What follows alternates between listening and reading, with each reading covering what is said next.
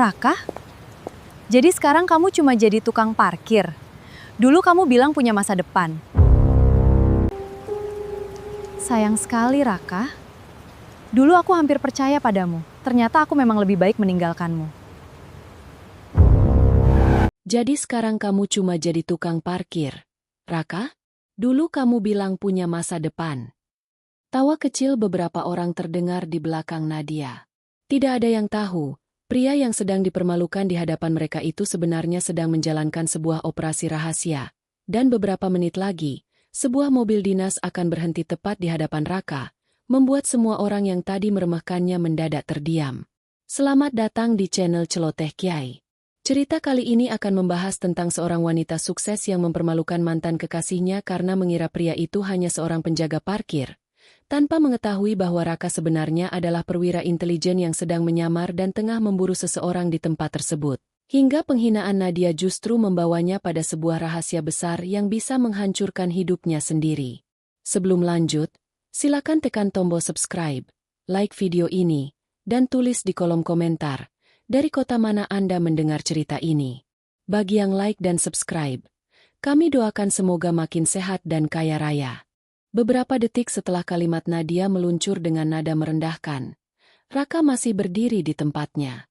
Ia tidak membalas, tidak juga menunjukkan wajah tersinggung. Pria itu hanya menatap Nadia dengan sorot mata tenang, lalu perlahan mengalihkan pandangan ke arah mobil yang baru saja dibawa masuk oleh seorang tamu. Sikap diam itulah yang justru membuat Nadia semakin tidak nyaman. Namun sebelum sampai pada pertemuan yang membuat suasana parkiran malam itu berubah, semuanya bermula beberapa jam sebelumnya. Malam itu, gedung utama perusahaan tempat Nadia bekerja terlihat jauh lebih ramai dari biasanya.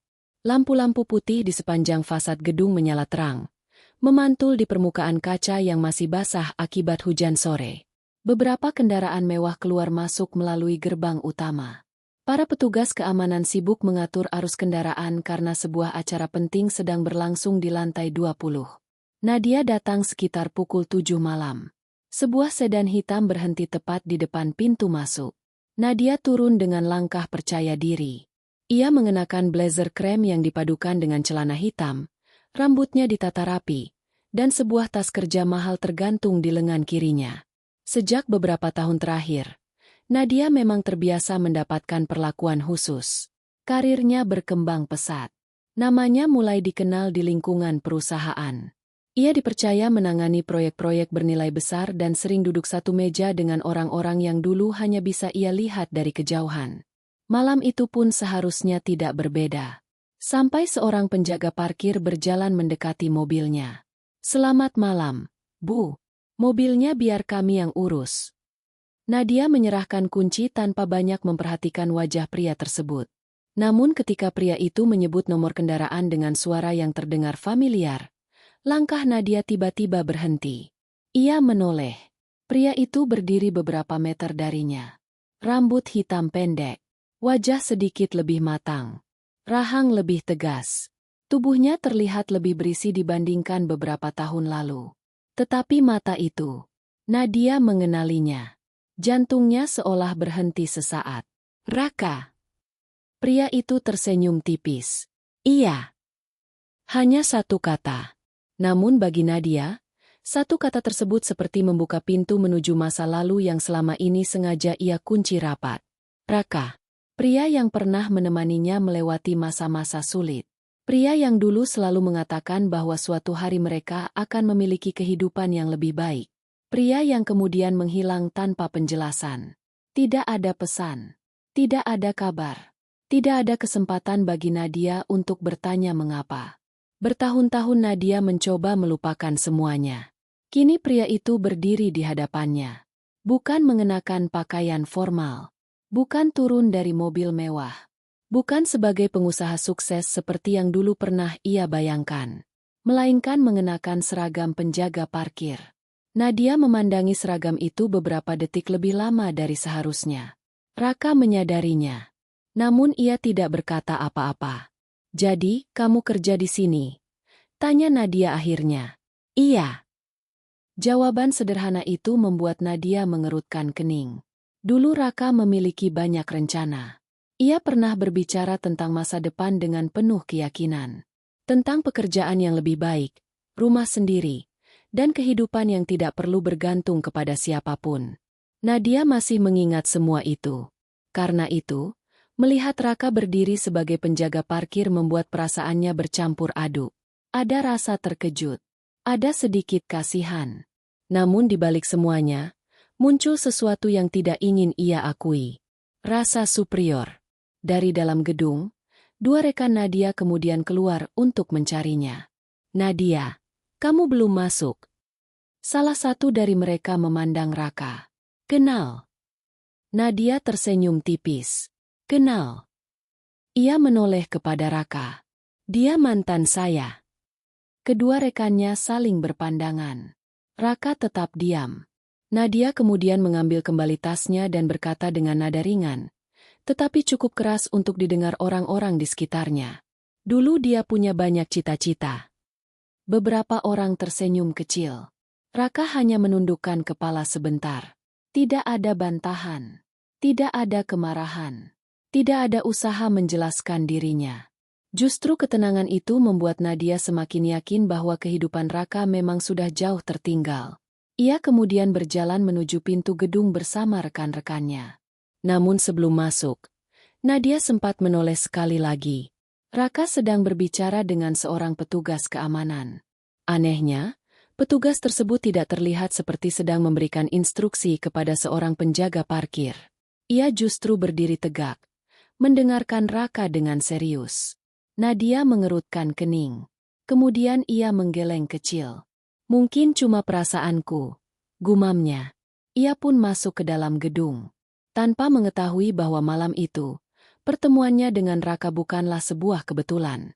Sejak memasuki gedung, Nadia berusaha melupakan pertemuannya dengan Raka. Ia kembali fokus pada acara yang sedang berlangsung. Ruangan utama dipenuhi orang-orang penting dari berbagai perusahaan. Lampu kristal menggantung di langit-langit. Musik instrumental terdengar pelan. Sementara para tamu sibuk berbincang sambil menunggu acara dimulai. Bagi Nadia, malam itu seharusnya menjadi kesempatan untuk menunjukkan hasil kerjanya. Namun pikirannya sesekali kembali ke area parkir. Terutama pada satu hal. Tatapan Raka. Bukan tatapan seseorang yang sedang malu karena pekerjaannya. Melainkan tatapan seseorang yang seolah tidak terlalu peduli dengan penilaian orang lain. Nadia mencoba mengabaikannya. Ngapain juga aku mikirin dia? Pikirnya. Ia kembali berbincang dengan dua rekannya. Sekitar 20 menit kemudian, acara hampir dimulai ketika salah seorang tamu penting datang. Sebuah mobil sedan hitam berhenti di depan pintu masuk. Beberapa staf langsung bergerak menyambut. Nadia yang berdiri dekat jendela kaca sempat melihat ke arah parkiran. Ia melihat Raka berjalan mendekati kendaraan tersebut. Awalnya tidak ada yang aneh. Namun beberapa detik kemudian, Nadia menyadari sesuatu. Raka bahkan belum melihat tiket parkir. Tetapi ia langsung berkata kepada petugas lain, "Mobil ini masuk ke area belakang. Jangan di depan." Petugas tersebut segera mengangguk. "Baik." Nadia memperhatikan dari balik kaca. Ia mengerutkan kening. Bagaimana Raka tahu kendaraan itu harus masuk ke area belakang? Tidak lama kemudian, seorang pria berusia sekitar 50 tahun keluar dari mobil. Begitu melihat Raka, pria itu berhenti. Keduanya berbicara sebentar. Nadia tidak bisa mendengar percakapannya. Namun ia melihat pria tersebut menepuk bahu Raka sebelum masuk ke gedung. Nadia menganggapnya kebetulan. Sampai kejadian kedua terjadi. Seorang perempuan membawa kendaraan lain masuk ke parkiran. Sebelum petugas sempat bertanya, Raka sudah menunjuk ke arah area tertentu. "Jangan parkir di sana. 15 menit lagi jalur itu akan dipakai." Petugas lain menurutinya. Nadia kembali memperhatikan. 15 menit kemudian, beberapa kendaraan rombongan tamu penting memang masuk melalui jalur tersebut. Nadia mulai merasa aneh. Raka seolah tahu apa yang akan terjadi sebelum kejadian itu terjadi. Namun ia masih berusaha mencari penjelasan yang masuk akal. Mungkin Raka memang sudah lama bekerja di sana. Mungkin ia mengetahui kebiasaan para tamu. Mungkin ia hanya lebih berpengalaman. Nadia kembali ke acara. Tetapi rasa penasaran itu semakin besar ketika seorang rekan kerjanya tiba-tiba berkata, "Penjaga parkir tadi siapa?" Nadia menoleh. "Kenapa?" "Tadi aku lihat kepala keamanan ngobrol sama dia." Nadia tersenyum kecil. "Namanya Raka. Mantanku." "Serius?" "Iya." Rekannya tertawa kecil. "Wah, dunia sempit banget." Nadia hanya mengangkat bahu.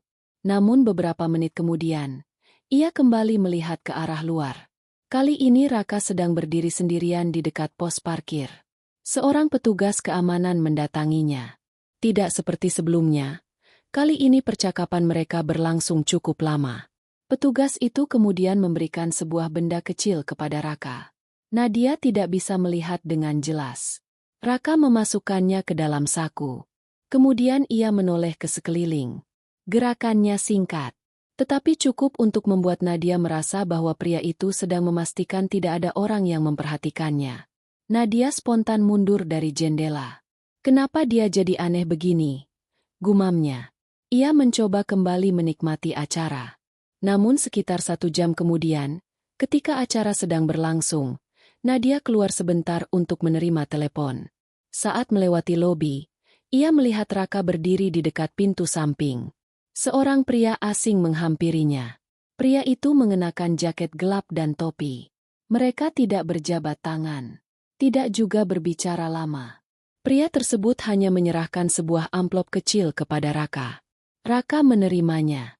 Kemudian pria itu pergi melalui pintu samping. Nadia berhenti beberapa meter dari mereka. Raka belum menyadari keberadaannya. Untuk pertama kalinya malam itu, Nadia merasa tidak sedang melihat mantan kekasihnya. Ia seperti sedang melihat seseorang yang tidak ia kenal sama sekali. Raka membuka sedikit bagian amplop tersebut. Ia melihat isinya. Wajahnya berubah. Senyumnya hilang. Tatapannya menjadi serius. Kemudian sebuah ponsel bergetar di saku celananya. Raka mengangkat telepon. Ia tidak menyebut nama siapapun. Hanya berkata pelan, "Target sudah masuk." Nadia yang masih berdiri di balik dinding langsung terdiam. Ia tidak tahu siapa target yang dimaksud. Tetapi satu hal mulai terasa jelas baginya. Raka tidak sedang menjalani malam biasa. Dan mungkin, pekerjaannya sebagai penjaga parkir bukanlah seperti yang selama ini ia bayangkan. Nadia masih berdiri di balik dinding lobi ketika Raka mengakhiri teleponnya. Pria itu memasukkan kembali ponselnya ke saku, lalu berjalan menuju area parkir tanpa sedikit pun menoleh ke arah Nadia. Nadia tidak berani langsung keluar. Ia menunggu beberapa detik sampai langkah Raka menghilang di balik pintu kaca. Target sudah masuk. Kalimat itu terus terngiang di kepalanya. Target siapa?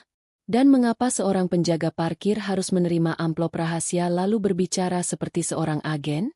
Nadia mencoba mencari alasan yang masuk akal.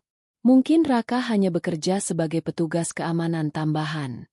Mungkin ia mendapat tugas khusus dari perusahaan. Atau mungkin pria yang menyerahkan amplop tadi adalah seseorang yang sudah dikenalnya sejak lama.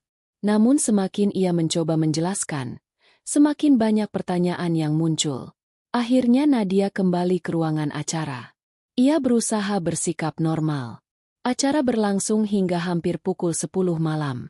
Para tamu mulai meninggalkan gedung satu persatu. Nadia masih berada di dalam karena harus menyelesaikan beberapa dokumen bersama atasannya. Di tengah pembicaraan, tiba-tiba ponsel salah seorang manajer berbunyi. Pria itu melihat layar. Wajahnya langsung berubah. Ada masalah. Semua orang di meja berhenti berbicara. Sebuah dokumen proyek penting ternyata bocor. Dokumen tersebut berisi informasi yang seharusnya hanya diketahui oleh beberapa orang tertentu. Nadia ikut membaca laporan yang ditampilkan di layar laptop. Ia mengenali nama proyek itu. Proyek tersebut merupakan salah satu pekerjaan terbesar yang sedang mereka tangani. Jika informasi itu jatuh ke tangan pihak yang salah, perusahaan bisa mengalami kerugian besar. Ruangan yang beberapa menit sebelumnya dipenuhi obrolan mendadak sunyi. Atasan Nadia meminta bagian keamanan memeriksa siapa saja yang keluar masuk gedung malam itu. Nadia tidak mengatakan apa-apa. Tetapi pikirannya langsung menuju satu orang. Raka. Ia berada di area gedung sejak sore. Ia juga terlihat menerima amplop dari pria asing. Dan beberapa menit lalu ia berbicara tentang target. Nadia merasa tidak nyaman dengan pikirannya sendiri. Ia tahu Raka tidak mungkin sebodoh itu jika memang terlibat. Namun semua petunjuk yang ia lihat malam ini terasa terlalu kebetulan. Sekitar pukul 10 lewat. Nadia akhirnya keluar dari ruangan. Lobi sudah jauh lebih sepi. Sebagian besar tamu telah pulang. Lampu gedung yang sebelumnya terang kini hanya menyisakan beberapa bagian yang masih menyala. Dari balik kaca, Nadia melihat Raka. Pria itu masih berada di area parkir. Namun kali ini ia tidak sedang mengatur kendaraan. Ia berdiri di bawah lampu yang redup sambil memperhatikan pintu samping gedung. Tidak bergerak. Tidak berbicara. Seolah sedang menunggu seseorang. Nadia berdiri cukup jauh dan mengamatinya. Beberapa menit berlalu. Kemudian seorang pegawai laki-laki keluar melalui pintu samping. Pria tersebut melihat sekeliling sebelum berjalan menuju tempat parkir. Raka langsung bergerak. Ia tidak menghampiri pria itu. Ia hanya berjalan beberapa meter di belakangnya. Nadia semakin penasaran. Tanpa sadar, ia ikut keluar melalui pintu lain. Udara malam terasa dingin. Sisa air hujan masih menetes dari kanopi gedung. Nadia menjaga jarak sambil mengikuti keduanya. Pegawai itu berjalan menuju sebuah mobil berwarna abu-abu. Raka berhenti di dekat tiang beton. Ia hanya mengawasi. Pegawai tersebut membuka pintu mobil. Sebelum masuk, ia menerima telepon. Nadia tidak mendengar percakapannya. Namun wajah pria itu tampak tegang.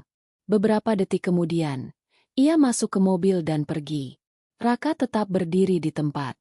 Nadia mulai merasa ada sesuatu yang lebih besar daripada sekadar pencurian dokumen. Tiba-tiba Raka menoleh ke arah jalan. Ia berjalan cepat menuju sisi lain gedung. Nadia mengikuti dari jauh.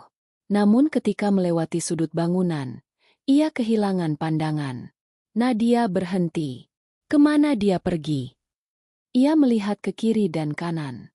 Tidak ada Raka. Tidak ada pegawai tadi. Hanya suara kendaraan yang semakin menjauh. Nadia hendak kembali ke gedung ketika sesuatu membuat langkahnya terhenti. Di dekat tempat Raka tadi berdiri, terdapat sebuah benda kecil tergeletak di lantai. Nadia memungutnya. Sebuah kartu akses. Ia melihat tulisan pada kartu tersebut. Bukan nama Raka. Bukan pula nama petugas parkir. Kartu itu milik salah satu bagian penting perusahaan. Nadia menatap benda tersebut dengan dada mulai berdebar.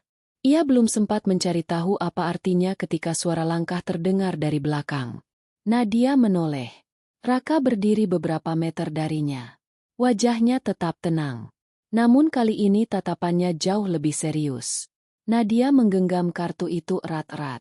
Dan untuk pertama kalinya malam itu, ia bertanya-tanya apakah pria yang pernah ia cintai tersebut sedang memburu seseorang.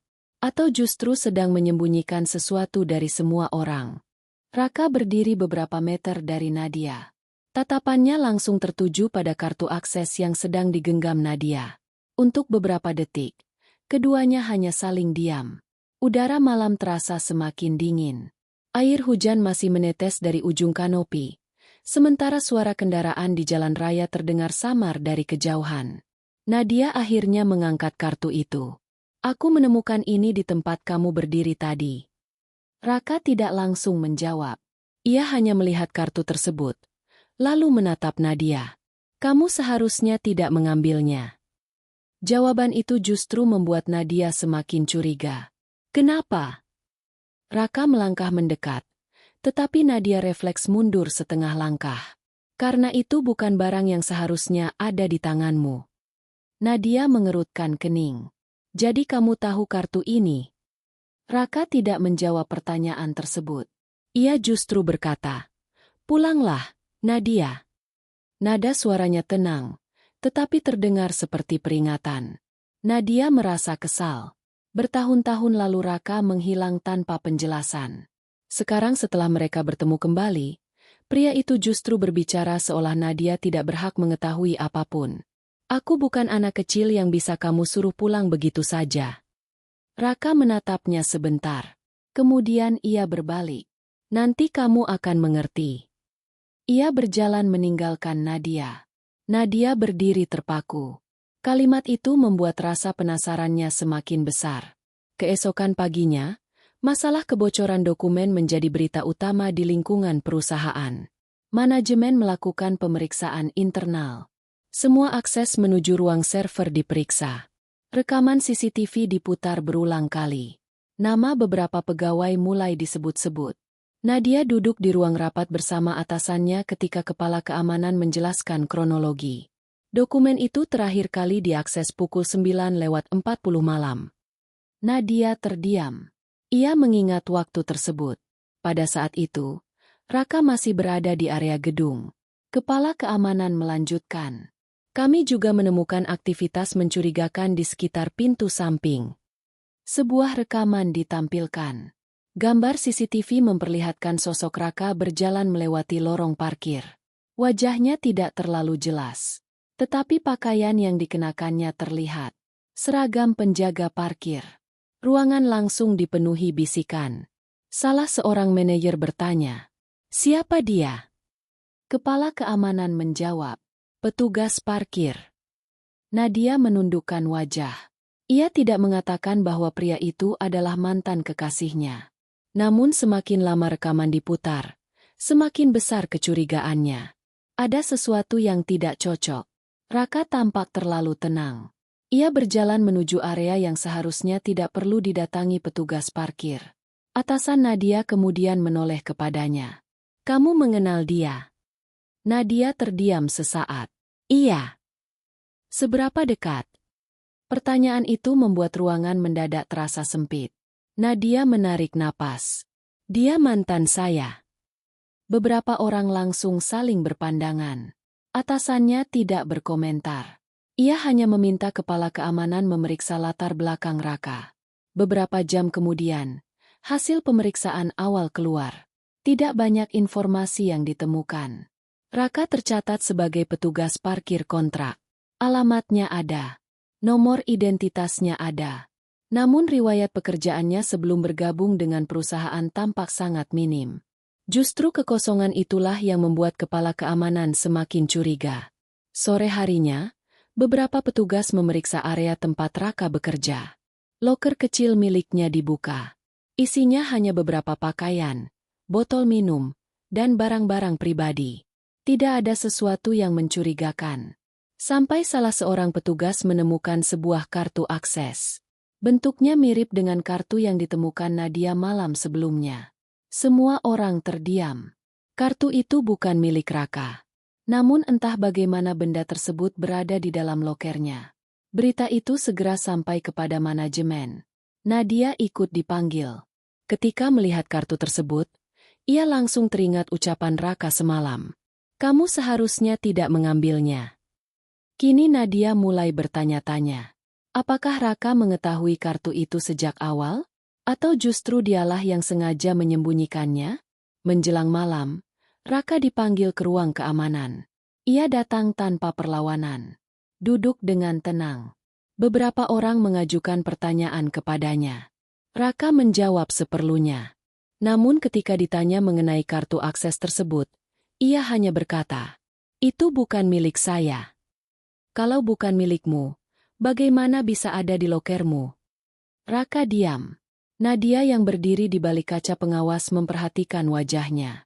Untuk pertama kalinya, ia melihat sesuatu yang berbeda.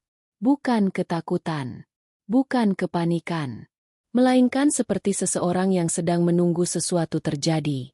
Kemudian listrik gedung tiba-tiba padam. Seluruh ruangan gelap.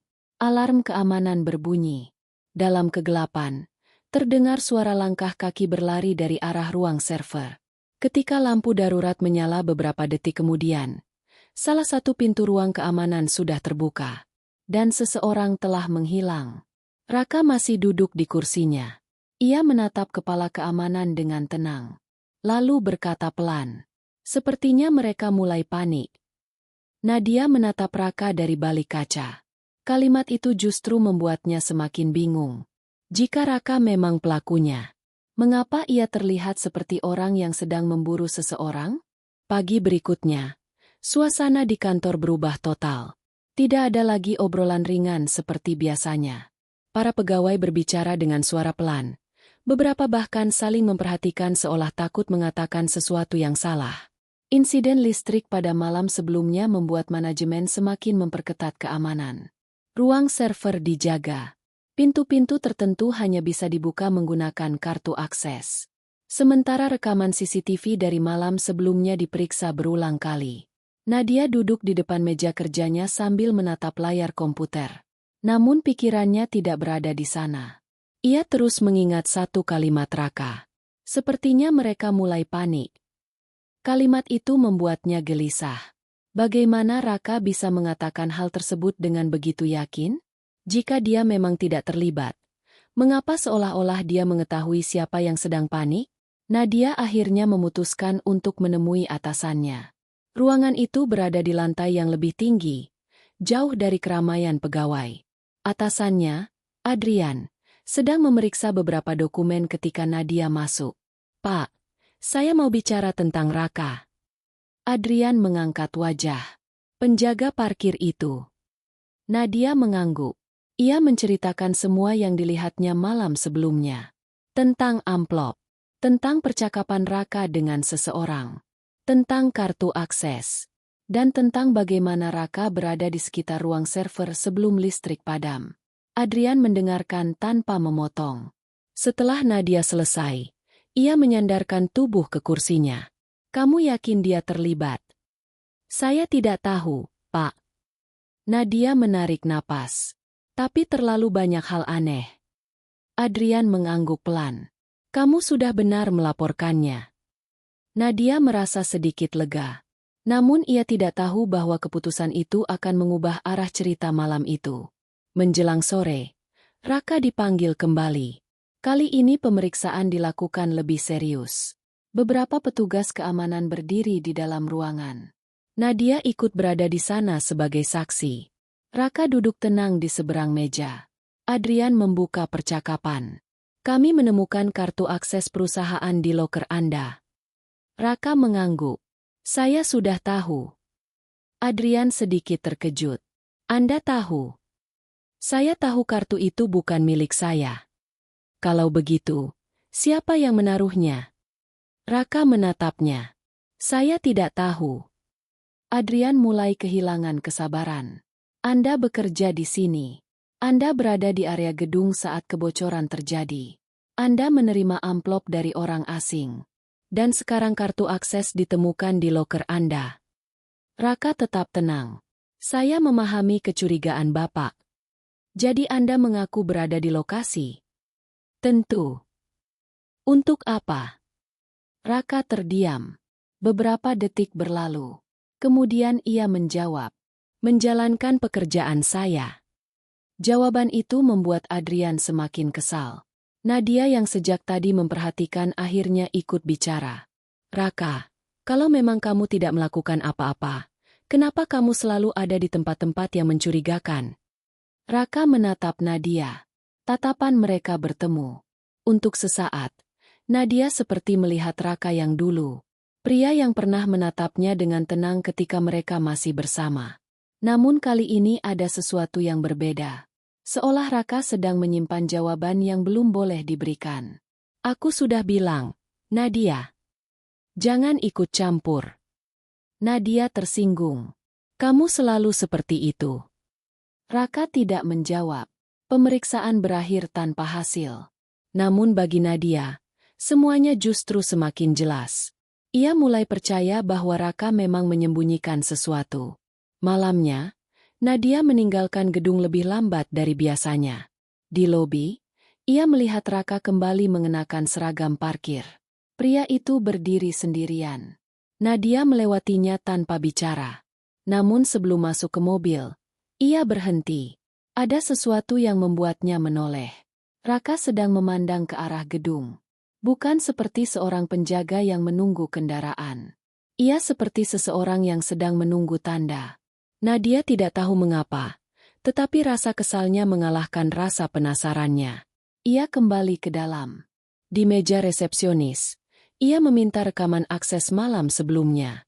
Petugas sempat ragu. Namun Nadia menggunakan wewenangnya sebagai bagian dari tim proyek. Rekaman ditampilkan. Ia melihat beberapa aktivitas. Seseorang masuk ke area server. Kemudian keluar. Wajahnya tidak terlihat jelas. Tetapi kartu yang digunakan tercatat atas nama Nadia. Nadia langsung membeku. Apa? Petugas keamanan memperbesar layar.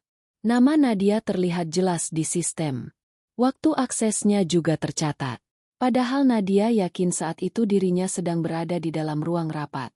Ia mulai panik. Namun sebelum ia sempat bertanya lebih jauh, suara langkah terdengar dari belakang. Raka berdiri di ambang pintu. Ia melihat layar komputer. Kemudian melihat Nadia. Wajahnya tetap tenang. Tetapi kali ini sorot matanya berubah. Nadia. Ia berhenti sejenak. Jangan percaya semua yang tertulis di layar itu. Nadia menatapnya. Kenapa? Raka tidak menjawab. Ia hanya melihat sekeliling, memastikan tidak ada orang lain yang mendengar. Lalu berkata pelan, "Karena seseorang sedang membuatmu terlihat bersalah." Nadia terdiam. Dan untuk pertama kalinya, kecurigaannya terhadap Raka mulai bergeser menjadi ketakutan. Bukan karena Raka mungkin seorang pelaku, melainkan karena mungkin ada seseorang yang jauh lebih dekat dengannya sedang memainkan sebuah permainan besar. Kalimat Raka membuat Nadia tidak langsung menjawab. Ia masih menatap layar komputer yang menampilkan namanya sebagai pemegang kartu akses yang digunakan untuk memasuki ruang server. Nama itu memang miliknya. Nomor identitasnya juga benar. Tetapi Nadia tahu persis bahwa ia tidak pernah berada di ruangan tersebut pada waktu yang tercatat. Kalau begitu siapa yang menggunakannya? Tanya Nadia pelan. Raka tidak menjawab. Ia justru mendekati meja resepsionis dan meminta petugas mematikan layar. Jangan tampilkan ini lagi di depan siapapun. Petugas itu terlihat bingung. Tapi Pak, ini data sistem perusahaan. Saya tahu. Nada Raka tetap tenang. Tapi kalau orang yang membuat data ini masih berada di dalam gedung, kita baru saja memberitahu mereka bahwa kita sudah mengetahuinya. Nadia menatap Raka. Untuk pertama kalinya, ia tidak melihat pria itu sebagai mantan kekasih yang mengenakan seragam penjaga parkir. Ia melihat seseorang yang berpikir jauh lebih cepat daripada orang-orang di sekitarnya. Namun rasa penasarannya justru semakin besar. Raka, sebenarnya kamu siapa? Raka terdiam. Pertanyaan itu sudah beberapa kali muncul sejak mereka bertemu kembali. Tetapi malam itu, Nadia merasa jawabannya tidak bisa lagi ditunda. Raka melihat ke arah lorong. Kemudian ia berkata kepada petugas keamanan, "Tolong kosongkan area ini." Petugas itu menurut. Tidak lama kemudian, lobi yang sebelumnya ramai menjadi sepi. Nadia berdiri berhadapan dengan Raka. Tidak ada lagi orang yang menyaksikan. Raka menarik napas panjang. "Aku tahu kamu marah karena aku pergi dulu tanpa menjelaskan apapun." Nadia menatapnya tajam. "Jangan bawa masa lalu sekarang." Raka mengangguk. "Baik." Ia berhenti sebentar. "Kamu ingin tahu pekerjaanku?" Nadia tidak menjawab. Raka kemudian membuka bagian dalam rompi parkirnya. Di balik pakaian sederhana tersebut terdapat sebuah identitas resmi yang selama ini tersembunyi. Nadia melihatnya. Wajahnya langsung berubah. Ia tidak langsung memahami semuanya. Namun sebelum ia sempat bertanya, suara kendaraan terdengar dari luar gedung. Lampu mobil menyapu kaca lobi. Sebuah kendaraan hitam berhenti tepat di depan pintu utama. Dua pria turun. Keduanya mengenakan pakaian formal. Salah satunya berjalan masuk dengan langkah tegas. Begitu melihat Raka, pria itu berhenti beberapa langkah di depannya. Kemudian, ia berdiri tegak dan memberi hormat. Nadia membeku. Petugas keamanan yang masih berada di dekat pintu ikut menundukkan kepala. Raka tidak membalas dengan sikap sombong. Ia hanya mengangguk kecil. Pria yang memberi hormat berkata, "Komandan, laporan sementara sudah kami terima." Nadia merasa seperti baru saja kehilangan pijakan. "Komandan." Matanya berpindah dari pria tersebut kepada Raka. Seragam penjaga parkir itu masih melekat di tubuh Raka. Tetapi sekarang semuanya terlihat berbeda. Pakaian sederhana itu ternyata hanya penyamaran. Raka adalah seorang perwira intelijen kepolisian yang sedang menjalankan operasi rahasia. Amplop yang ia terima. Telepon misterius. Kartu akses. Pengawasan terhadap pegawai. Semuanya bukan kebetulan. Nadia terdiam lama. Tiba-tiba semua kejadian beberapa hari terakhir tersusun seperti potongan puzzle. Raka bukan sedang mencari pekerjaan sederhana. Ia sedang menyamar. Dan gedung tempat Nadia bekerja adalah bagian dari operasi tersebut. Nadia menelan ludah. Jadi, selama ini kamu. Raka menatapnya. Aku sedang menjalankan tugas. Nadia merasa malu. Ia teringat bagaimana dirinya memperkenalkan Raka kepada rekan-rekannya. Bagaimana ia menyindir pekerjaan pria itu. Bagaimana ia menganggap hidup Raka telah gagal. Kini orang yang ia remehkan ternyata berdiri di hadapan seorang perwira senior yang bahkan memberi hormat kepadanya. Namun Raka tidak memanfaatkan keadaan itu. Ia tidak menyindir Nadia. Tidak tertawa. Tidak mengatakan bahwa dirinya lebih tinggi. Ia hanya berkata, "Aku tidak pernah meminta kamu percaya padaku." Nadia menunduk. "Tapi kenapa kamu menyamar di sini?"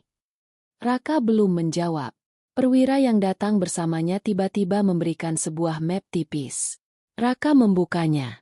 Beberapa foto dan dokumen terlihat di dalamnya. Ekspresi Raka berubah serius. Nadia mencoba melihat. Namun Raka langsung menutup map tersebut.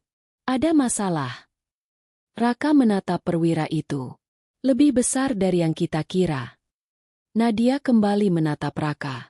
Ia mengira malam itu akhirnya mendapatkan jawaban. Ia tahu siapa Raka. Ia tahu mengapa pria itu terlihat mencurigakan. Ia tahu mengapa dirinya tidak pernah bisa memahami gerak-geriknya. Tetapi ada satu hal yang belum ia ketahui. Mengapa seorang perwira intelijen harus menyamar sebagai penjaga parkir di perusahaan tempat Nadia bekerja?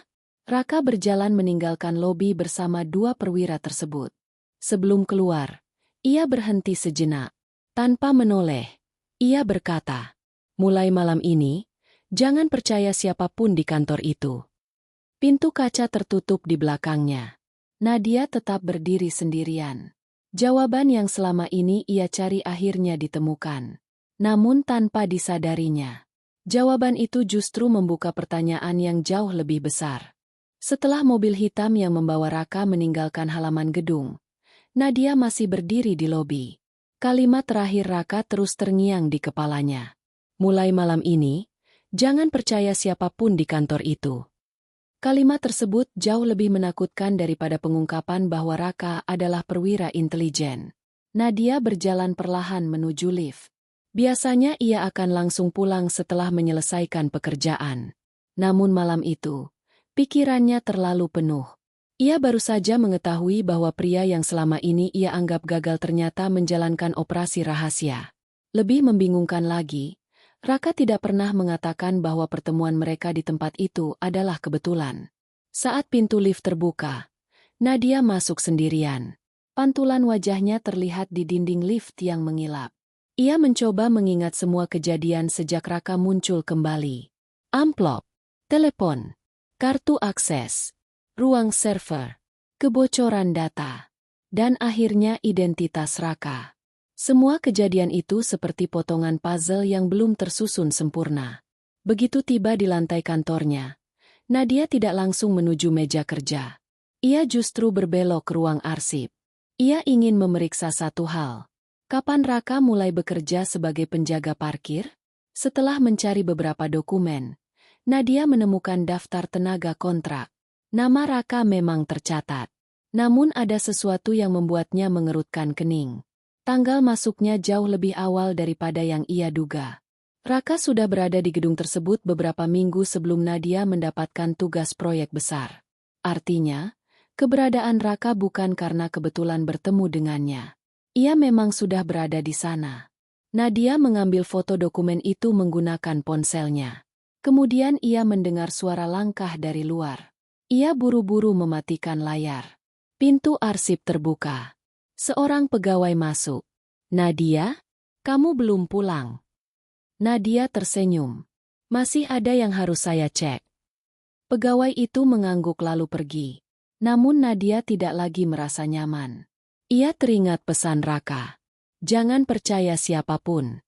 Keesokan paginya, Nadia datang lebih awal. Suasana kantor masih sepi. Ia langsung menuju ruang kerja. Di atas mejanya terdapat sebuah map tipis yang tidak ia ingat pernah menerimanya. Tidak ada nama pengirim. Tidak ada catatan. Nadia membuka map itu.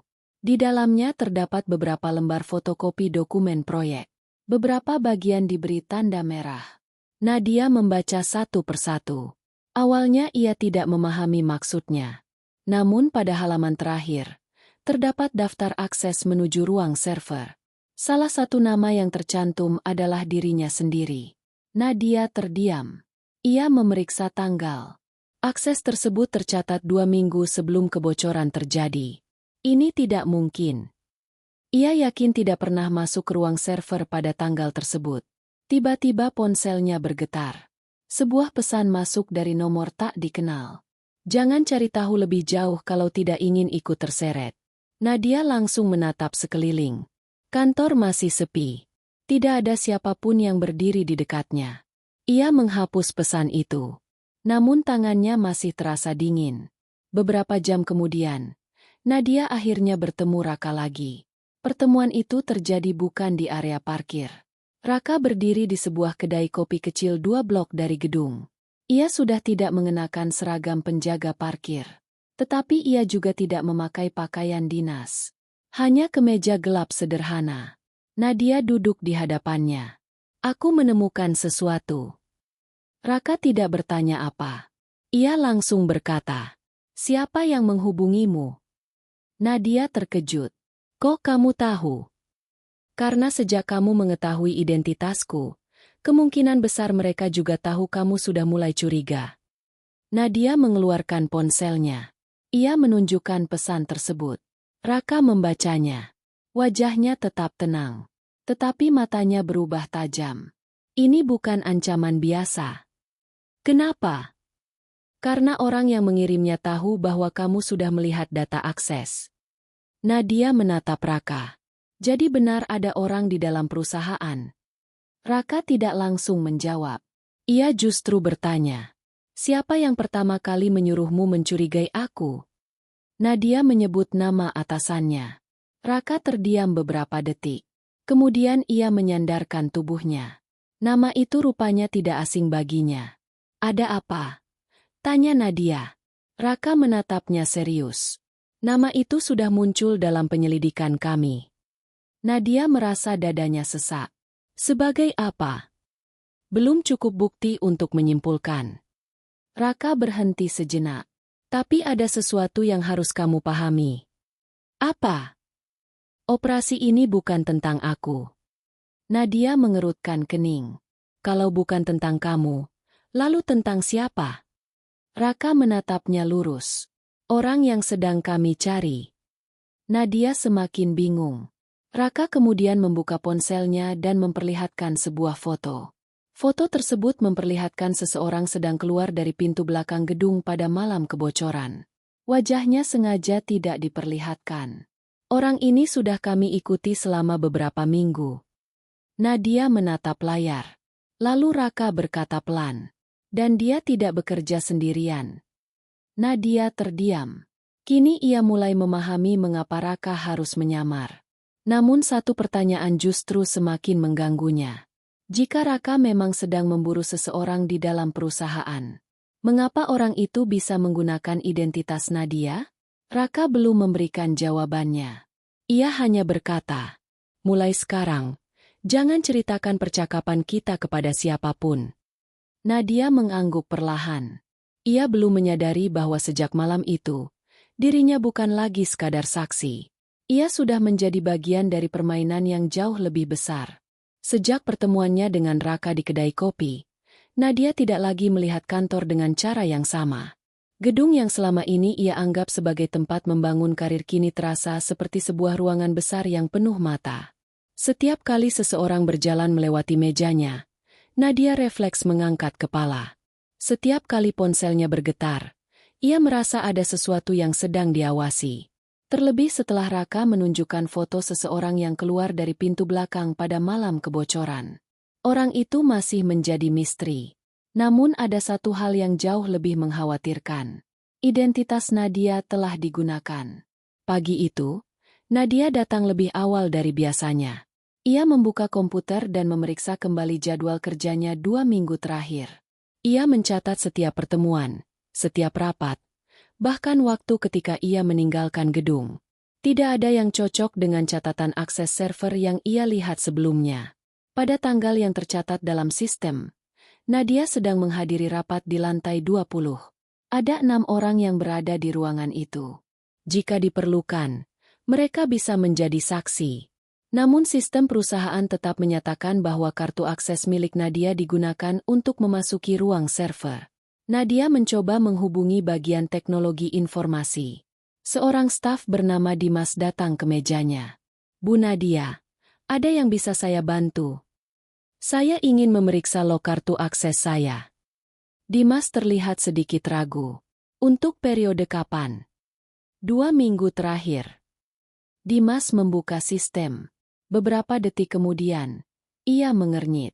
"Ada beberapa akses yang memang tercatat atas nama ibu." "Saya tahu."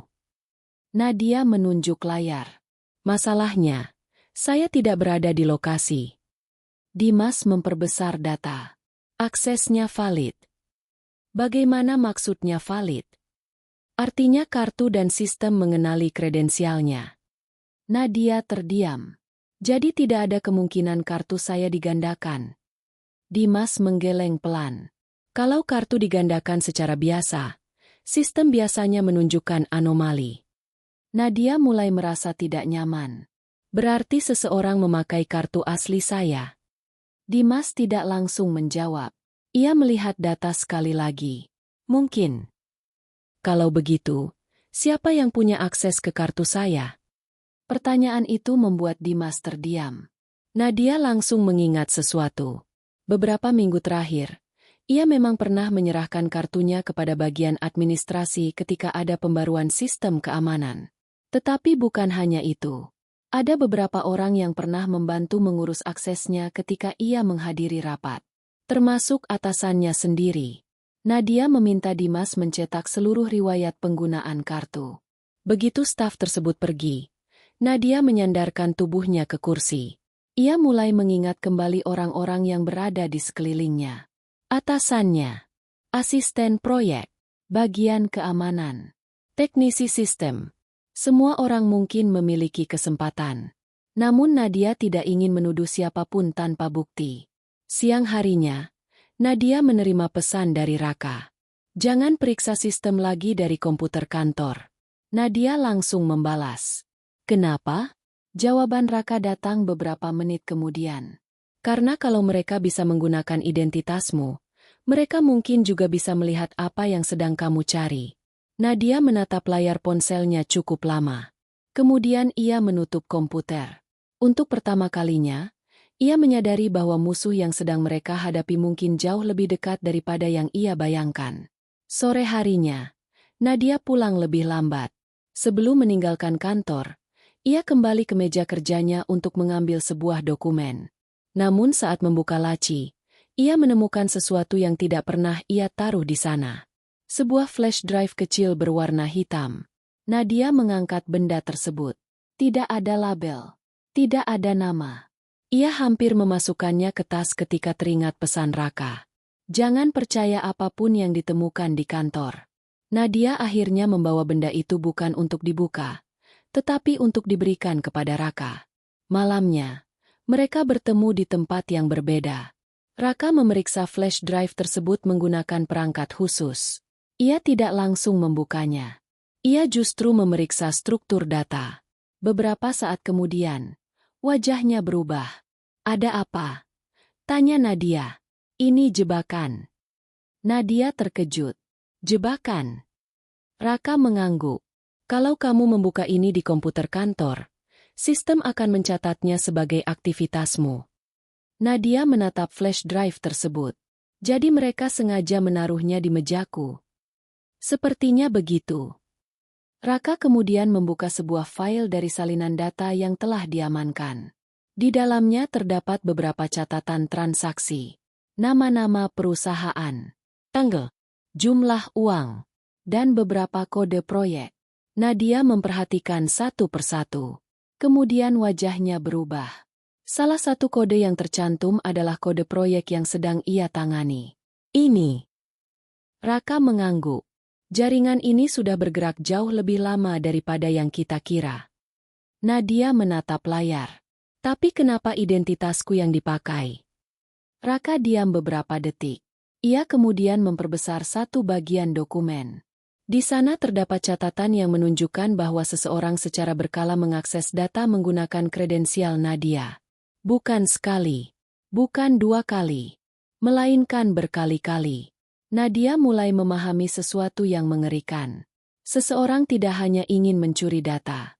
Mereka sedang membangun sebuah jejak digital. Dan seluruh jejak itu perlahan diarahkan kepadanya. Nadia menatap Raka dengan wajah pucat. Kalau semua ini terbongkar. Raka melanjutkan kalimatnya. Kamulah yang pertama kali akan dituduh. Ruangan mendadak terasa sunyi. Namun sebelum Nadia sempat bertanya siapa yang berada di balik semua itu, Raka menemukan satu informasi lain. Sebuah nama muncul di salah satu catatan. Nama seseorang yang sangat dikenal Nadia. Seseorang yang selama ini justru ia percaya sepenuhnya. Raka menatap Nadia. Kita harus berhati-hati. Nadia melihat layar itu. Dan untuk pertama kalinya, kecurigaannya mulai mengarah kepada orang yang paling tidak pernah ia curigai. Nadia masih menatap layar laptop Raka. Nama yang muncul di sana membuat dadanya terasa sesak. Nama itu adalah Adrian. Atasannya sendiri. Pria yang selama ini paling sering membelanya ketika ada masalah di perusahaan. Pria yang memberinya kesempatan memimpin proyek besar. Bahkan ketika karir Nadia sempat diragukan beberapa tahun lalu, Adrian adalah orang yang berdiri di belakangnya. Karena itu, Nadia langsung menggeleng. Tidak mungkin. Raka tidak membantah. Ia hanya memperbesar salah satu dokumen. Ada catatan komunikasi antara sebuah perusahaan luar dan seseorang yang menggunakan kode tertentu. Kode itu ternyata berkaitan dengan akun internal yang berada di bawah pengawasan Adrian. Nadia menatap layar cukup lama. Mungkin namanya dipakai orang lain. Itu kemungkinan yang sedang kami periksa. Raka menutup laptop. Tapi ada alasan kenapa aku tidak mau kamu menuduh siapapun sekarang. Nadia menghela napas. Jadi sebenarnya apa yang sedang kamu cari? Raka diam beberapa saat. Selama ini ia selalu memberikan jawaban setengah-setengah. Malam itu, untuk pertama kalinya, Raka membuka bagian operasi yang selama ini ia sembunyikan. Awalnya kami menerima laporan tentang kebocoran informasi dari beberapa proyek strategis. Nadia mendengarkan. Bukan satu proyek. Raka menatapnya. Beberapa perusahaan mengalami pola yang sama. Data internal keluar secara bertahap, lalu digunakan pihak luar untuk mendapatkan keuntungan. Nadia mulai memahami besarnya masalah. Jadi ini bukan pencurian data biasa. Bukan. Raka membuka beberapa foto. Foto-foto gedung, kendaraan, orang-orang yang pernah keluar masuk lokasi tertentu. Jaringan ini sudah bekerja cukup lama. Nadia menatap foto-foto tersebut. Dan perusahaan kami. Termasuk salah satu jalurnya. Nadia terdiam. Tiba-tiba banyak hal yang sebelumnya terasa tidak berhubungan mulai memiliki pola. Amplop yang diterima Raka. Pegawai yang keluar melalui pintu belakang. Kartu akses. Dokumen yang bocor. Identitas Nadia. Semuanya ternyata berada dalam satu rangkaian. Namun masih ada satu hal yang tidak bisa dipahami Nadia. Kalau kalian sudah tahu ada jaringan seperti ini, kenapa kamu menyamar sebagai penjaga parkir? Raka tersenyum tipis. Karena orang tidak memperhatikan penjaga parkir. Nadia terdiam. Raka menjelaskan bahwa posisinya memberikan pandangan langsung terhadap pintu masuk, area parkir, pintu belakang, dan pergerakan kendaraan tanpa menimbulkan kecurigaan. Ia bisa melihat siapa yang datang, siapa yang bertemu, siapa yang menerima sesuatu, dan siapa yang keluar pada waktu yang tidak biasa. Jadi sejak awal kamu memang mengawasi gedung ini? Sudah beberapa minggu. Nadia menatapnya. Lalu kenapa kamu membiarkan aku bertemu denganmu? Raka terdiam lebih lama. Pertanyaan itu akhirnya menyentuh sesuatu yang selama ini ia hindari. Karena pertemuan kita memang tidak sepenuhnya kebetulan. Nadia membeku. Apa maksudmu? Raka tidak langsung menjawab. Ia membuka satu file terakhir. Di dalamnya terdapat daftar orang yang memiliki akses terhadap proyek. Nama Nadia berada di bagian atas. Tetapi di samping namanya terdapat catatan khusus. Target yang berpotensi dijadikan kambing hitam. Nadia membaca tulisan itu berulang kali. Jadi sejak awal. Raka mengangguk. Kami menduga seseorang sedang menyiapkan identitasmu untuk digunakan. Nadia merasa tenggorokannya tercekat. Kenapa aku? Karena posisi kamu cukup tinggi untuk memiliki akses, tetapi tidak cukup tinggi untuk langsung mengendalikan seluruh sistem. Nadia menunduk. Ia mulai memahami rencana tersebut. Jika kebocoran terbongkar, semua bukti akan mengarah kepadanya. Seseorang akan terlihat bersih, dan Nadia akan menjadi orang yang menanggung semuanya. Tapi kenapa kamu tidak memberitahuku sejak awal? Raka menatapnya. Karena kami belum tahu siapa yang bisa dipercaya. Nadia terdiam. Raka kemudian mengatakan sesuatu yang membuat suasana berubah. Termasuk kamu. Nadia mengangkat wajah. Raka melanjutkan. Bukan karena aku menganggap kamu pelaku. Tapi karena kalau mereka tahu aku sudah menghubungimu, mereka akan mengubah rencana. Nadia mengangguk perlahan. Kini ia mengerti mengapa Raka selalu menjaga jarak. Mengapa pria itu tidak pernah menjelaskan apapun. Mengapa setiap pertemuan mereka terasa seperti kebetulan yang terlalu tepat. Namun tiba-tiba Raka menerima pesan. Ia membacanya. Wajahnya berubah serius. Ada masalah? Raka tidak menjawab. Ia menunjukkan layar ponselnya. Seseorang baru saja mencoba mengakses sistem menggunakan identitas Nadia. Saat Nadia sedang duduk tepat di depan Raka, mata Nadia membesar. Berarti orang itu sedang melakukannya sekarang. Raka mengangguk. Dan saat itu mereka menyadari sesuatu yang jauh lebih mengerikan. Musuh mereka bukan hanya mengetahui identitas Nadia. Mereka tahu Nadia sedang bekerja sama dengan Raka. Raka segera berdiri. Kita harus pergi. Nadia ikut bangkit. Namun sebelum keluar, Raka melihat kembali layar ponselnya. Ada satu informasi baru. Percobaan akses tersebut berasal dari jaringan internal perusahaan. Seseorang masih berada di dalam gedung. Dan kemungkinan besar, orang itu sudah mengetahui bahwa penyamaran Raka telah terbongkar. Raka langsung mematikan layar ponselnya. Wajahnya tetap tenang, tetapi gerakannya berubah jauh lebih cepat. Ia memasukkan perangkat ke saku. Lalu menatap Nadia. Kita tidak bisa kembali ke kantor sekarang. Nadia mengangguk. Namun sebelum mereka meninggalkan tempat itu, Raka menghentikan langkahnya. Ia memandang ke arah kaca kedai. Di seberang jalan, sebuah mobil berwarna abu-abu terparkir sejak beberapa menit lalu. Tidak ada yang turun. Tidak ada yang terlihat bergerak. Raka tidak menunjuk mobil itu. Ia hanya berkata pelan. Jangan lihat ke sana. Nadia langsung menahan diri. Apakah mereka mengikuti kita? Belum tentu. Jawaban Raka terdengar tenang. Tapi mulai sekarang, anggap saja semua kemungkinan buruk itu benar. Mereka keluar melalui pintu belakang kedai.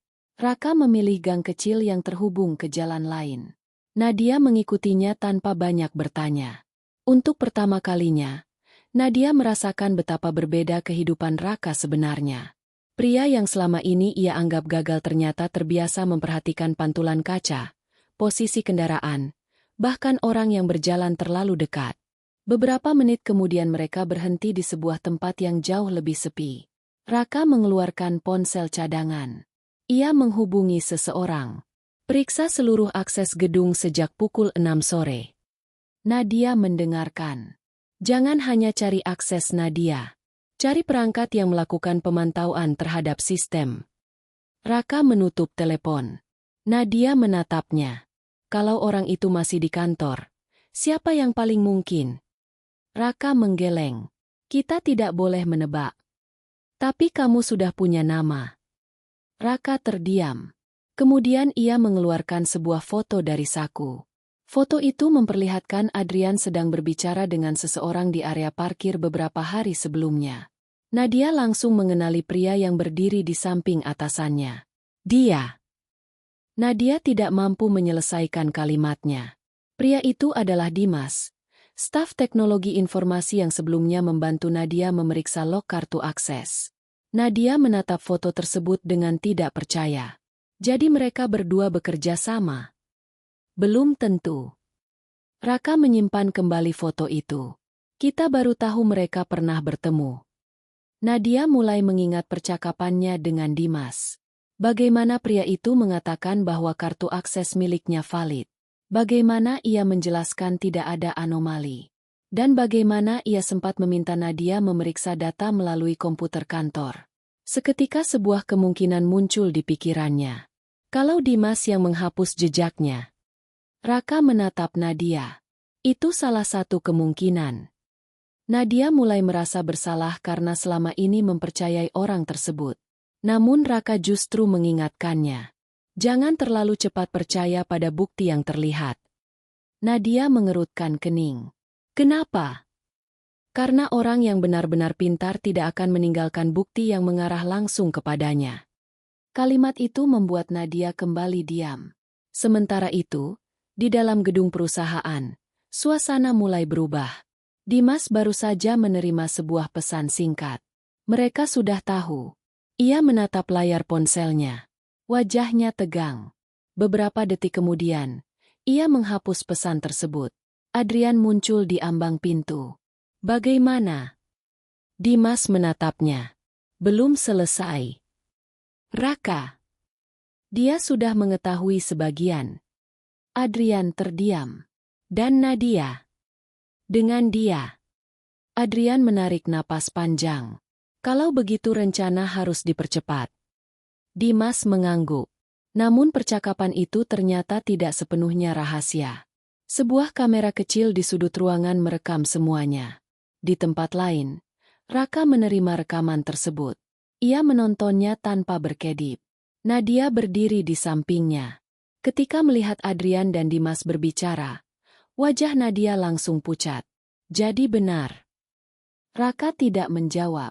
Ia justru memutar bagian akhir rekaman. Ada seseorang lain yang masuk ke ruangan setelah Dimas pergi. Nadia memperhatikan layar. Sosok itu tidak terlihat jelas. Hanya siluetnya. Namun cara berjalan orang tersebut membuat Nadia tiba-tiba terdiam. Aku kenal cara jalannya. Raka menoleh. Siapa? Nadia tidak langsung menjawab. Ia mencoba mengingat. Orang itu pernah berjalan melewati mejanya hampir setiap hari. Orang itu pernah berbicara dengannya. Bahkan orang itu pernah membantu Nadia ketika ia mengalami masalah pekerjaan. Nadia akhirnya menyebut satu nama. Pak Surya. Raka mengerutkan kening. Direktur keamanan. Nadia mengangguk. Dia orang yang paling sering membantuku. Raka kembali menatap layar. Rekaman itu diperbesar. Wajah sosok tersebut masih tidak terlihat. Namun di tangannya terdapat sebuah benda kecil. Sebuah kartu akses. Raka tiba-tiba menghentikan video. Matanya menyipit. Ini bukan sekadar kasus pencurian data. Nadia menatapnya. Apa maksudmu? Raka menunjuk kartu tersebut. Orang ini punya akses ke hampir seluruh gedung. Nadia terdiam.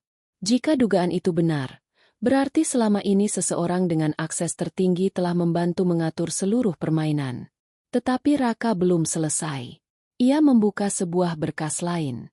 Di dalamnya terdapat daftar operasi lama. Ada beberapa nama yang telah dicoret. Satu nama membuat Nadia membeku. Raka Pratama. Nadia menatapnya. Kenapa namamu ada di daftar itu? Raka tidak menjawab.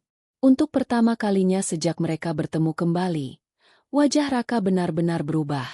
Ia tampak seperti baru saja melihat sesuatu yang bahkan tidak pernah ia duga. Dan saat itulah Nadia menyadari. Misteri sebenarnya mungkin bukan siapa yang menjebaknya, melainkan mengapa nama Raka sendiri sudah tercatat dalam jaringan itu jauh sebelum penyamaran ini dimulai. Nadia masih menatap layar. Nama Raka Pratama tercetak di antara beberapa nama lain yang sebagian sudah dicoret dengan tinta merah. Ruangan kecil itu mendadak terasa sunyi. Raka tidak langsung memberikan penjelasan. Ia hanya memperhatikan dokumen tersebut dengan tatapan yang sulit dibaca. Raka. Suara Nadia terdengar pelan. Kenapa namamu ada di sini? Raka mengulurkan tangan. Berikan. Nadia menyerahkan perangkat itu. Raka memperbesar bagian dokumen yang memuat namanya. Di samping namanya terdapat sebuah kode lama yang tidak pernah Nadia lihat sebelumnya. R17. Di bawahnya terdapat keterangan singkat. Status. Tidak aktif. Raka mengerutkan kening. Ini bukan data operasi yang sekarang. Jadi, ini arsip lama. Nadia menatapnya. Seberapa lama? Raka tidak menjawab langsung. Ia membuka beberapa halaman berikutnya. Tanggal pada dokumen tersebut membuat ekspresinya berubah. Lebih dari 5 tahun. Nadia terdiam. 5 tahun lalu, Raka masih berada dalam kehidupannya. Pada masa itu, Nadia masih mengenalnya sebagai pria biasa yang sedang berusaha membangun masa depan. Tidak pernah sedikit pun ia melihat tanda bahwa Raka memiliki kehidupan rahasia. Kamu sudah menjadi bagian dari kepolisian sejak saat itu. Raka menggeleng. Bukan begitu. Kalau begitu kenapa namamu ada di sini? Raka menutup dokumen. Itulah yang harus kita cari tahu. Nadia merasa semakin bingung. Ia mulai menyadari bahwa operasi yang sedang mereka hadapi ternyata bukan sesuatu yang baru dimulai beberapa minggu terakhir. Ada bagian dari masa lalu Raka yang sengaja disembunyikan. Dan mungkin, bagian itulah yang selama ini membuat pria tersebut menghilang dari kehidupannya. Raka kemudian meminta Nadia mengingat kembali masa ketika mereka masih bersama. Apakah kamu pernah melihat seseorang mengikuti kita? Nadia berpikir. Awalnya tidak. Namun kemudian sebuah kenangan muncul. Kadang ada mobil hitam. Raka langsung menatapnya. Seperti apa? Sedan tua. Warnanya hitam. Aku tidak pernah tahu siapa pemiliknya. Kapan? Nadia mengingat kembali. Beberapa kali saat kita masih bersama. Raka terdiam. Kamu tidak pernah bilang. Nadia menggeleng. Karena aku pikir itu cuma kebetulan. Raka berjalan beberapa langkah. Ia tampak sedang menyusun potongan informasi di kepalanya. Jika seseorang sudah mengawasinya sejak 5 tahun lalu, berarti operasi sekarang mungkin memiliki hubungan dengan masa lalu. Namun sebelum mereka sempat membahas lebih jauh, ponsel Raka bergetar. Sebuah pesan masuk dari timnya. Surya meninggalkan gedung. Raka langsung membaca pesan berikutnya. Membawa dokumen. Bergerak ke gudang lama kawasan pelabuhan. Raka segera berdiri. Kita harus pergi. Nadia ikut bangkit. Kemana? Tempat yang mungkin menyimpan jawaban. Perjalanan berlangsung dalam diam. Raka tidak menjelaskan banyak. Nadia hanya melihat lampu kota bergerak di balik kaca kendaraan. Semakin jauh mereka meninggalkan pusat kota, suasana semakin sepi. Bangunan tinggi berganti gudang tua. Jalan yang sebelumnya ramai berubah menjadi kawasan industri. Akhirnya mereka berhenti cukup jauh dari sebuah gudang tua. Raka turun lebih dahulu. Nadia menunggu di dalam kendaraan. Beberapa menit kemudian, Raka kembali. Surya ada di dalam. Sendirian. Belum tahu. Raka meminta Nadia tetap berada di tempat aman. Ia kemudian bergerak mendekati gudang. Namun sebelum masuk, ia berhenti. Pintu gudang ternyata tidak terkunci. Di lantai terdapat beberapa lembar dokumen yang berserakan. Raka mengambil salah satunya. Matanya langsung tertuju pada sebuah foto lama. Foto dirinya. Bukan foto saat ini. Foto Raka 5 tahun lalu. Di belakang foto terdapat tanggal. Dan sebuah tulisan tangan. Pantau terus. Jangan sampai dia tahu siapa yang sebenarnya membiayai operasinya. Raka membeku. Untuk pertama kalinya, ia terlihat benar-benar kehilangan jawaban. Nadia yang diam-diam menyusul melihat foto itu dari belakang. Siapa yang membiayai operasimu? Raka tidak menjawab. Tiba-tiba suara pintu gudang terdengar dari kejauhan. Seseorang berlari. Raka langsung mengejar. Sosok itu berhasil keluar melalui pintu belakang dan menghilang di antara deretan kontainer. Raka kembali beberapa menit kemudian. Ia membawa sebuah map. Nadia membuka map itu. Isinya bukan hanya dokumen perusahaan. Ada foto-foto lama, catatan transaksi, nama pejabat, nama pengusaha, dan beberapa laporan operasi kepolisian. Namun ada satu dokumen yang membuat Nadia terdiam. Di halaman tersebut tertulis nama Raka sebagai salah satu orang yang pernah menjadi target pengawasan. Bukan sebagai penyidik, bukan sebagai agen. Sebagai seseorang yang diduga telah menyusup ke dalam jaringan. Nadia menatap Raka. Jadi selama ini, Raka menggeleng. Aku tidak pernah bekerja untuk mereka. Tapi mereka sudah mengenalmu sejak 5 tahun lalu. Raka menatap dokumen tersebut. Berarti ada sesuatu yang tidak pernah diberitahukan kepadaku. Saat itu ponselnya kembali bergetar. Pesan terbaru masuk. Jangan percaya siapapun dari timmu. Ada pengkhianat di dalam operasi. Raka membaca pesan itu 2 kali. Nadia melihat wajahnya. Apa? Raka memasukkan ponsel ke saku. Operasi ini baru saja berubah. Ia menatap Nadia. Orang yang selama ini kita cari mungkin bukan orang yang ada di perusahaan. Nadia terdiam. Raka melanjutkan dengan suara rendah. Dia mungkin ada di dalam timku sendiri. Dan untuk pertama kalinya, bahkan Raka tidak tahu siapa yang sebenarnya sedang memburu siapa. Setelah membaca pesan terakhir itu, Raka tidak langsung bergerak. Ia berdiri di dalam gudang tua dengan map masih berada di tangannya. Suara angin malam masuk melalui celah dinding. Beberapa lembar dokumen bergerak tertiup angin. Sementara lampu gudang yang redup membuat suasana terasa semakin mencekam. Nadia memperhatikan wajah Raka. Untuk pertama kalinya, pria yang selama ini selalu terlihat tenang itu tampak benar-benar berhati-hati. Kalau pengkhianatnya ada di dalam timmu. Nadia berkata pelan. Berarti siapa yang bisa kamu percaya? Raka menatapnya. Kamu. Nadia terdiam. Raka melanjutkan. Karena kamu tidak punya alasan untuk terlibat. Nadia menunduk. Untuk sesaat, semua penghinaan yang pernah ia lontarkan kepada Raka terasa begitu memalukan. Dulu ia mengira Raka gagal.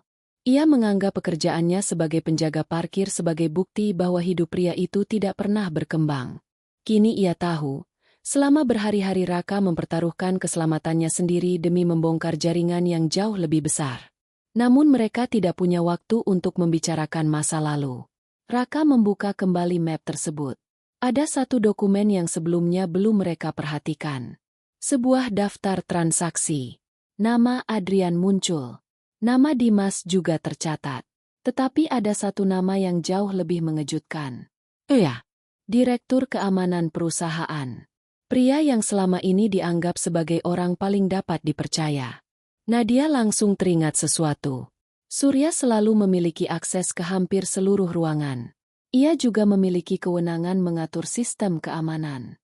Jika seseorang ingin menggunakan identitas Nadia tanpa meninggalkan jejak, Surya memiliki kemampuan untuk melakukannya. Raka mengangguk. Dia salah satu bagian dari jaringan. Tapi tadi dia membawa dokumen ke sini. Karena mungkin dia sedang memindahkan bukti. Raka kemudian melihat waktu. Kita harus kembali sebelum mereka sadar dokumen ini sudah kita temukan. Mereka meninggalkan gudang. Namun perjalanan pulang terasa berbeda. Raka tidak lagi sekadar mengejar seseorang. Kini ia sudah mengetahui bahwa operasi tersebut telah dimasuki pengkhianat dari dalam.